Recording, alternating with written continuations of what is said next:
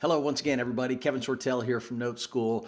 I've got a great short video for you here this week on the Hardest Hit Funds program. And this is a program that our students have been using for quite some time now. And there's a couple of different benefits. Obviously, there's a financial benefit for our students, but there's also a huge benefit in the fact that we can help a lot of people stay in their homes, be able to reduce the principal balance on their homes. This program has truly evolved from its very roots. Now, its very roots started back in 2010, and that's when the federal government, through the Treasury Department, allocated $7.6 billion to help these 18 states plus Washington, D.C. They were deemed the hardest hit by the real estate market, by foreclosures, by unemployment. So there's a combination of reasons where they came up with these 18 states plus D.C. And out of the original TARP funds, Troubled Asset Relief Program, they allocated this money to be set aside from the federal government and given to the states.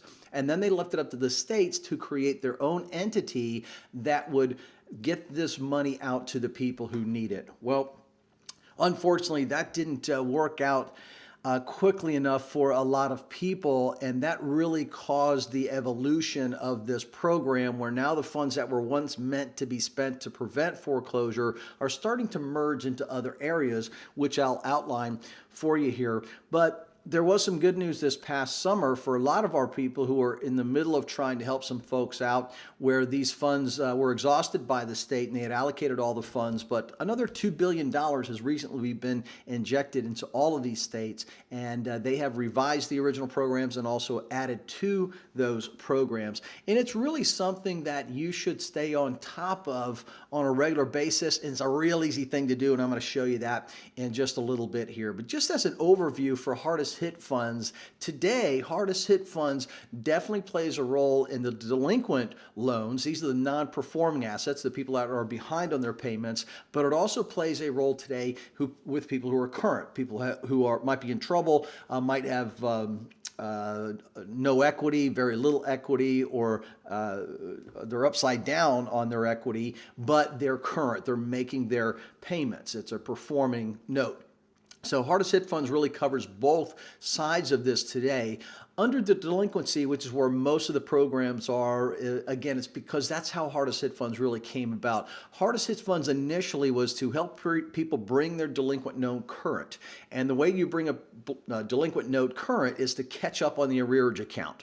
And that's what they would do. They would pay a lump sum to the note holder to catch these folks up on their arrearage account. And that's all the back payments and penalties and interest that have accrued for not making payments. Secondly, they would help people make their monthly payments moving forward. So a lot of people are in situations they couldn't afford all of the payment, any of the payment, and this federal money would trickle to the state, and they had a program that would make those monthly payments. Those two programs had a tendency, most all states, to work together from the very beginning. So a note holder, an investor like us, we were able to help people, tell them about these funds, have them apply for the program. Then the federal money that trickled to the state would pay the note holder a lump sum amount of money to catch up on the arrearage account, and then start sending the monthly payments directly to us, the note holders, on a monthly basis on behalf of that delinquent borrower.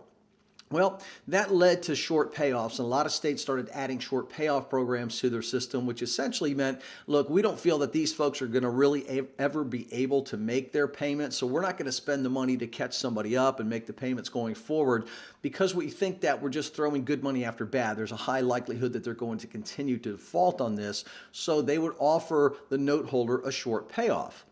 Well, that works out, if you're in a note investment world, very good as well, because maybe you have a note with an unpaid balance of $50,000 that you only paid $20,000 for, and the state comes back and says, we'll give you $40,000 for it. We can close it in 90 days. It's not a bad way to go, and the homeowner obviously is helped out as well, because they no longer have monthly payments. Unemployment plans came next, and the unemployment plans helped out, obviously, people who are struggling finding jobs, and they have a certain amount of payments that they'll make them for a certain amount of time. Programs in certain states also went to elderly folks who were struggling, and those programs are available. Cash for keys. Cash for keys obviously is when somebody voluntarily surrenders their property through what's known a deed in lieu of foreclosure, or simply a deed in lieu. They sign the deed in lieu, they can walk away with full debt forgiveness and some money in their pocket to help them with the expenses, and these states will pay up to $5,000 for cash for keys.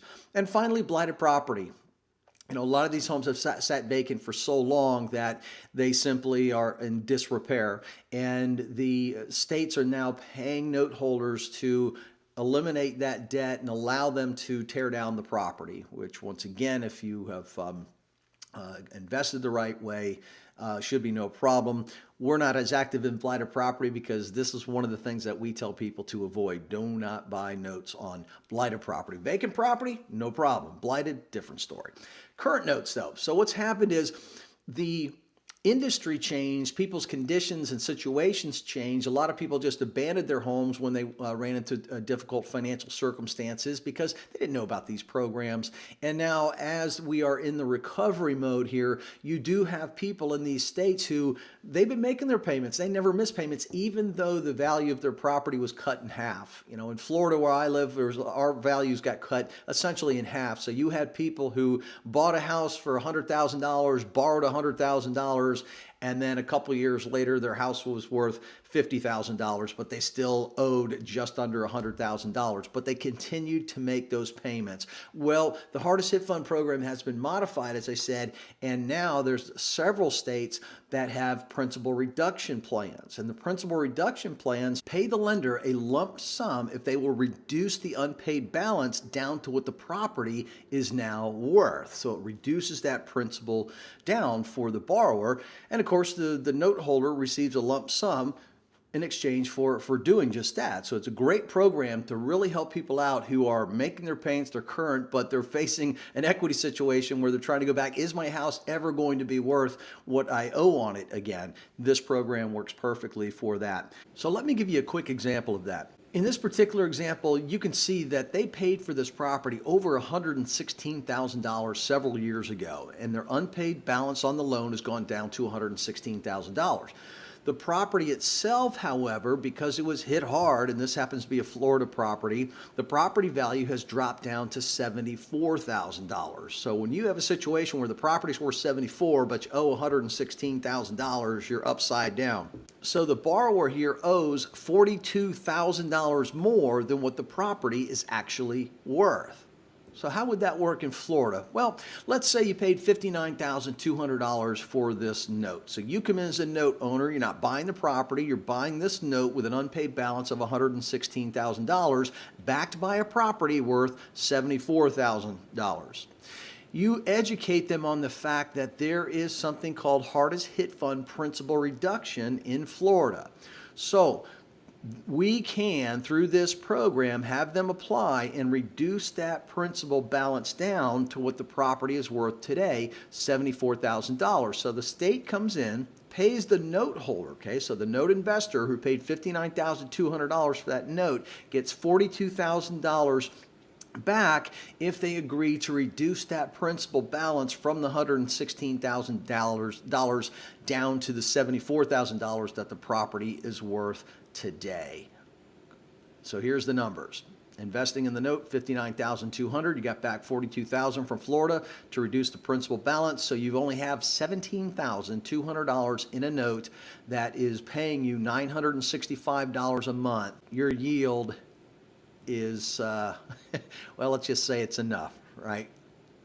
There you go. So that's a quick example of how this principal reduction works. Now, there are a number of states also that are looking past delinquencies, past current, but also what's coming down the road in the recovery. And that's going to be, they want to get people back into these homes, right? It's in everybody's best interest to have these homes occupied, by people who are taking care of the houses, by people who are paying their property taxes. It's in everybody's interest to do that. So they've now allocated, many states, they've allocated some of this money to go towards down payment assistance programs to help move people back in. So if you own investment properties that you have acquired and you're looking to get people back into those programs, but they're having problems with coming up with the down payment money, well, guess what? Hardest Hit Funds can help in that area as well. All of this information that I'm going through here is easy to follow. It's easy to keep up with.